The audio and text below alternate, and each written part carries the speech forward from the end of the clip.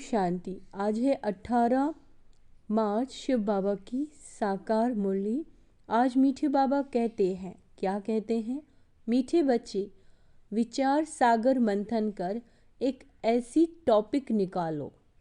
विचार सागर मंथन कर एक ऐसी टॉपिक निकालो जो सब जगह एक ही टॉपिक पर भाषण चले। यही है तुम्हारी यूनिटी। प्रश्न, कौन सी मेहनत करते करते तुम बच्चे पास विद ऑनर हो सकते हो? उत्तर है, कर्म बंधन से अतीत बनो। जब किसी से बात करते हो तो आत्मा भाई समझ भाई को देखो। बाप से सुनते हो तो भी बाप को भ्रकुटी में देखो। भाई भाई की दृष्टि से वह स्नेह और संबंध पक्का हो जाएगा। यही मेहनत का काम है। इससे ही पास विद ऑनर बनेंगे। उच्च पद पाने वाले बच्चे यह पुरुषार्थ अवश्य करेंगे। ओम शांति।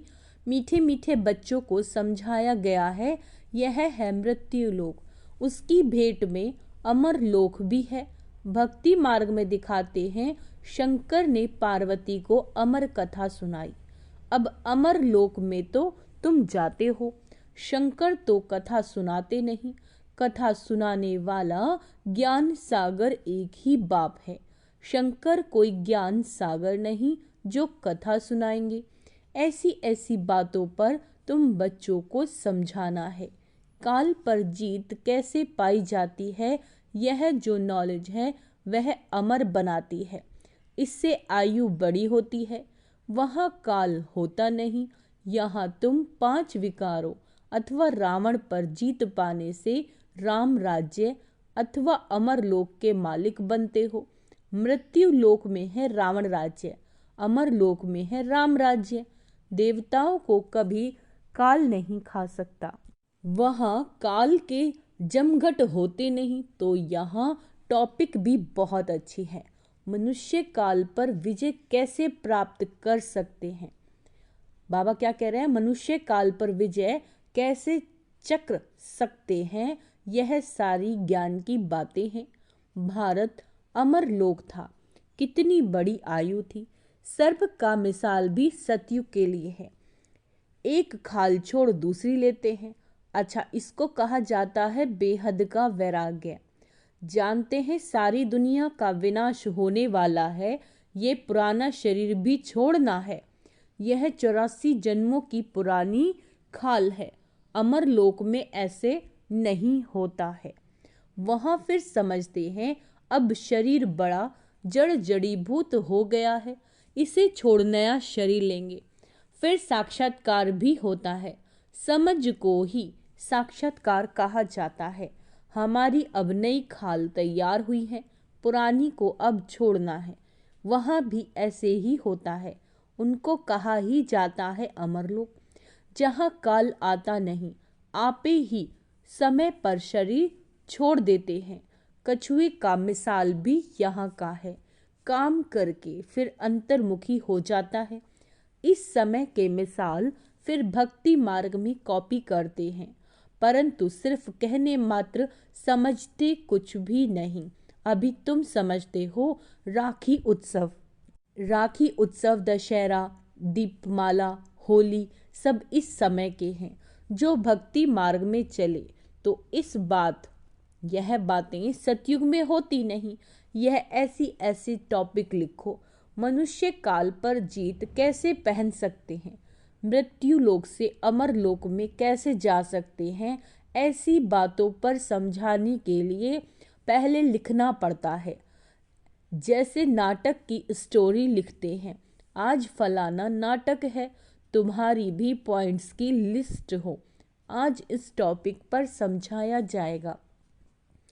रावण राज्य से दैवी राज्य में कैसे जा सकते हैं, है ना? समझानी तो भल एक ही है, परंतु भिन्न भिन्न टॉपिक सुनने से खुशी होगी कि बेहद के बाप से बेहद का वर्षा कैसे मिलता है।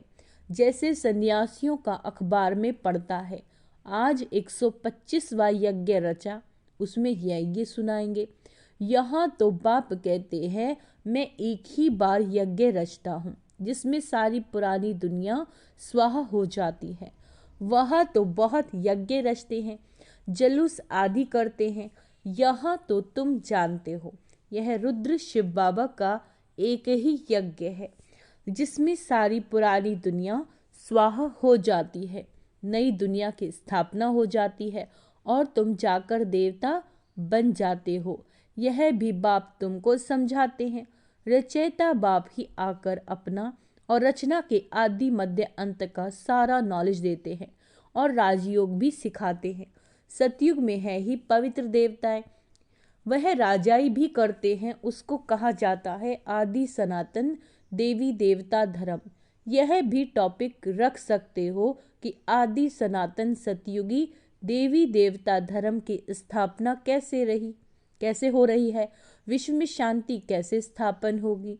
आकर समझो, परम पिता परमात्मा के सिवाय विश्व में शांति स्थापन करने की राय और कोई दे नहीं सकती। राय देने वाले को भी प्राइज मिलती है। विश्व में शांति स्थापन करने की प्राइज कैसे और कौन देते हैं, यह भी टॉपिक है। ऐसे विचार सागर मंथन कर टॉपिक निकालनी चाहिए। ऐसा प्रबंध हो जो सब जगह एक ही टॉपिक हो, सबका कनेक्शन रहेगा। ऐसी लिस्ट बनाकर पहले इशारा दे देना चाहिए, फिर समाचार दहलीज में आना चाहिए। सबको मालूम पड़ जाए कि सब जगह ऐसा भाषण चला। इसको कहा जाता है यूनिटी। सारी दुनिया में डिसयूनिटी है। राम राज्य का गायन है, शेर गऊ इकट्ठा जल पीते हैं। त्रेता में ऐसा गायन है तो सतयुग में क्या नहीं होगा। बाकी शास्त्रों में तो अनेक कथाएं लिख दी। तुम तो बाप से एक ही कथा सुनते हो। दुनिया में ढेर कथाएं बनाते रहते हैं। द्वापर से लेकर कलयुग तक जो भी शास्त्र आदि चलते हैं वहाँ तो वह होते नहीं। भक्ति मार्ग की सब बातें पूरी हो जाती हैं। यहाँ तुम जो कुछ भी देखते हो वह सब है ईविल। उनको देखते हुए ना देखो, सुनते हुए ना सुनो। अब जो बाप समझाते हैं वही बुद्धि में रखो। हम संगम युगी ब्राह्मण कितने उच्च हैं, देवताओं से भी उच्च हैं। इस समय हम ईश्वरीय औलाद हैं, धीरे धीरे वृद्धि को पाते रहते हैं। इतनी सहज बात भी किसी की बुद्धि में नहीं आती है। हम ईश्वरीय संतान हैं तो जरूर स्वर्ग के मालिक होने चाहिए, क्योंकि वह बाप स्वर्ग की स्थापना करते हैं। करोड़ों वर्ष कह देने के कारण कोई बात याद नहीं रहती है। बाप आकर याद दिलाते हैं। यह तो 5000 वर्ष की बात है। तुम देवी देवता थे, अब फिर तुमको वही बनाते हैं। सम्मुख सुनने से कितनी खुशी है और रिफ्रेशमेंट आ जाती है। बच्चे जो सयाने हैं, समझू है, उनकी बुद्धि में आता है हमको बाप से वर्षा तो ज़रूर लेना है।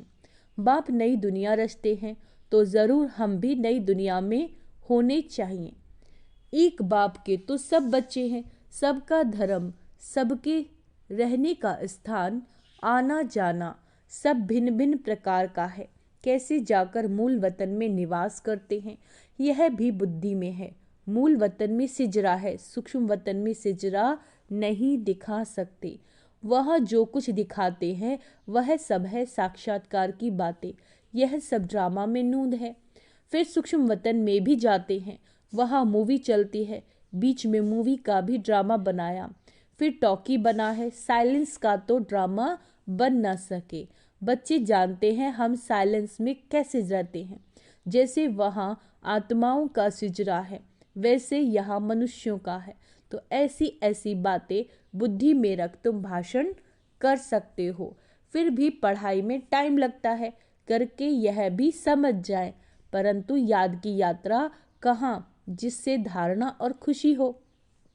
बाबा कहते अभी तुम यथार्थ रीति योग सीख रहे हो। बच्चों को समझाया है सबको भाई भाई देखो। बाप का तखत तो यह है, इसीलिए भगीरथ बाबा का सिंहासन भी मशहूर है। बाबा कहते जब किसी को समझाते हो जब किसी को समझाते हो तो भी ऐसे समझो हम भाई को समझाते हैं। यही दृष्टि रहे, इसमें ही सारी भारी मेहनत है। मेहनत से ही उच्च पद मिलता है। बाप भी ऐसे देखेंगे।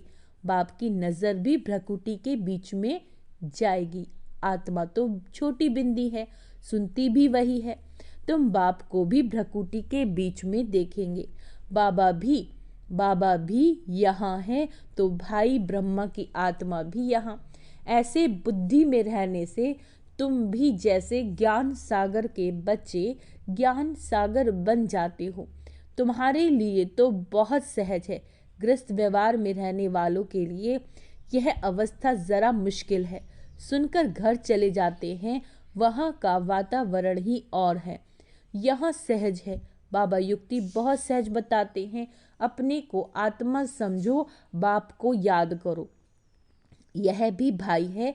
इस दृष्टि से कर्म बंधन से अतीत हो जाएंगे। शरीर भी भूल जाता है, सिर्फ बाप ही याद रहता है। इसमें मेहनत करते रहेंगे तब पास विद ऑनर होंगे। ऐसी अवस्था में विरला ही कोई रहता है। विश्व का मालिक भी वही बनते हैं। 8 रत्नों की माला है ना, तो पुरुषार्थ करना है। उच्च पद पाने वाले कैसे भी करके पुरुषार्थ जरूर करते होंगे। इसमें दूसरी कुछ भी बातें निकलती नहीं। भाई भाई की दृष्टि स्नेह और संबंध हो जाता है। दृष्टि वह जम जाती है। इसीलिए बाप कहते हैं तुमको बहुत गुह्य गुह्य बातें सुनाता हूँ। इसमें अभ्यास करना मेहनत का काम है। यहाँ भी बैठे हैं तो अपने को आत्मा समझो। आत्मा ही सुनती है। सुनने वाली आत्मा को तुम देखते हो। मनुष्य तो कह देते हैं आत्मा निर्लेप है, बाकी क्या शरीर सुनता है? यह तो रॉन्ग है। बाप तुमको गुह्य गुह्य बातें सुनाते हैं। मेहनत तो बच्चों को करनी है। जो कल्प पहले बने थे वह मेहनत जरूर करेंगे। अपना अनुभव भी सुनाएंगे। ऐसे हम सुनता सुनता हूँ, आदत पड़ गई। आत्मा को ही सुनाते हैं मन मना भव। फिर वह उनको कहते हैं, क्या कहते हैं? मन मना भव, अर्थात बाप को याद करो। ये गुप्त मेहनत है। जैसे पढ़ाई भी एकांत में झाड़ के नीचे जाकर पढ़ते हैं, वह है स्थूल बात। यह तो प्रैक्टिस करने की बात है। दिन प्रतिदिन तुम्हारी ये प्रैक्टिस बढ़ती जाएगी। तुम नई नई बातें सुनते हो ना, जो तुम अभी सुनते हो वह फिर नए नए आकर सुनाएंगे। कोई कहते हम देरी से आए हैं। अरे तुम तो और ही फर्स्ट क्लास गुह्य गुह्य बातें सुनते हो।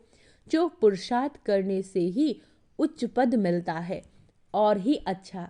माया तो पिछाड़ी तक छोड़ती नहीं। माया की लड़ाई चलती रहेगी जब तक तुम जीत पहनो, फिर अनायास ही तुम चले जाएंगे। जो जितना याद करेंगे समझेंगे हम जाते हैं बाप के पास, शरीर छोड़ देते हैं। बाबा ने देखा है ऐसे ब्रह्म में लीन होने का लक्ष्य रखने वाले जब शरीर छोड़ते हैं तो सन्नाटा हो जाता है। बाकी मोक्ष तो कोई पाता नहीं, न वापस ही जाते। नाटक में तो सब एक्टर्स चाहिए ना, अंत में सब आ जाते हैं। जब एक भी नहीं रहेगा तब वापस जाएंगे। जो भी मनुष्य मात्र हैं सब चले जाएंगे, बाकी थोड़े बचेंगे। वह कहेंगे सबको सी ऑफ किया। इस समय सतयुग की स्थापना हो रही है। कितने करोड़ों मनुष्य हैं, सबको हम सी ऑफ कर फिर अपनी राजधानी में चले जाएंगे। वो लोग तो करके 40-50 को सी ऑफ करते होंगे। तुम कितनों को सी ऑफ करते हो? सभी आत्माएं मच्छरों सदस्य चली जाएंगी शांति धाम। तुम आए हो साथ ले जाने और सबको भेजने के लिए। तुम्हारी बातें वंडरफुल हैं। इतने करोड़ों मनुष्य जाएंगे, उनको सी ऑफ करेंगे, सब वापस मूल वतन में चले जाएंगे। बाबा कहते ये भी तुम्हारी बुद्धि ही काम करती है। धीरे धीरे सिजरा बड़ा हो जाएगा, फिर रुद्रमाला बन जाएगी। यह बात तुम्हारी बुद्धि में है कि रुंडमाला कैसे बनती है। तुम्हारे में भी जो विशाल बुद्धि है वही इस बात को समझ सकते हैं। अनेक प्रकार से बाप समझाते रहते हैं याद करने के लिए। हम रुद्रमाला में जाकर रुंडमाला में आएंगे, फिर नंबरवार आते रहेंगे। कितनी बड़ी रुद्रमाला बनती है। इस ज्ञान को कोई भी नहीं जानते, शुरू से लेकर इस ज्ञान को कोई जानते नहीं। तुम संगम युगी ब्राह्मण ही जानते हो। इस संगम युग को याद करो तो सारी नॉलेज बुद्धि में आ जाएगी। तुम हो लाइट हाउस, सबको ठिकाने पर लगाने वाले। तुम कैसे अच्छे लाइट हाउस बनते हो, ऐसी कोई बात नहीं जो तुमसे लागू न होती हो। तुम सर्जन भी हो, सरफ भी हो, धोबी भी हो। सभी खूबियाँ यानी विशेषताएं तुम्हारे में आ जाती हैं। महिमा तुम्हारी भी हो जाती है, परंतु नंबरवार पुरुषार्थ अनुसार जैसे जैसे कर्तव्य करते हो ऐसा ऐसा गायन होता है। बाप तो डायरेक्शन देते हैं, उस पर विचार करना, सेमिनार करना तुम बच्चों का काम है। बाबा कोई मना नहीं करते। अच्छा, बहुत सुनाने से क्या फ़ायदा। बाबा तो कहते हैं मन मना भव। बाबा तुम्हें कितना तरावटी माल खिलाते हैं। अच्छा, मीठे मीठे सिकेला दे बच्चों प्रति माता पिता बाप दादा का याद प्यार और गुड मॉर्निंग। रूहानी बाप की रूहानी बच्चों को नमस्ते। हम रूहानी बच्चों की रूहानी बाप दादा को याद प्यार, गुड मॉर्निंग, नमस्ते मीठे बाबा, शुक्रिया बाबा, शुक्रिया। धारणा के लिए मुख्य सार, सदा नशा रहे कि हम संगम युगी ब्राह्मण देवताओं से भी ऊंचे हैं। इस चीज़ का नशा रहना चाहिए। क्यों? क्योंकि अभी हम ईश्वरीय औलाद हैं, हम मास्टर ज्ञान सागर हैं। सभी खूबियाँ इस समय हमारे में भर रही हैं। दूसरा पॉइंट है, जो बाप समझाते हैं वही बुद्धि में रखना है। बाकी कुछ भी जो बाबा हमें मुरली में समझा रहे हैं वही अपनी बुद्धि में रखना है।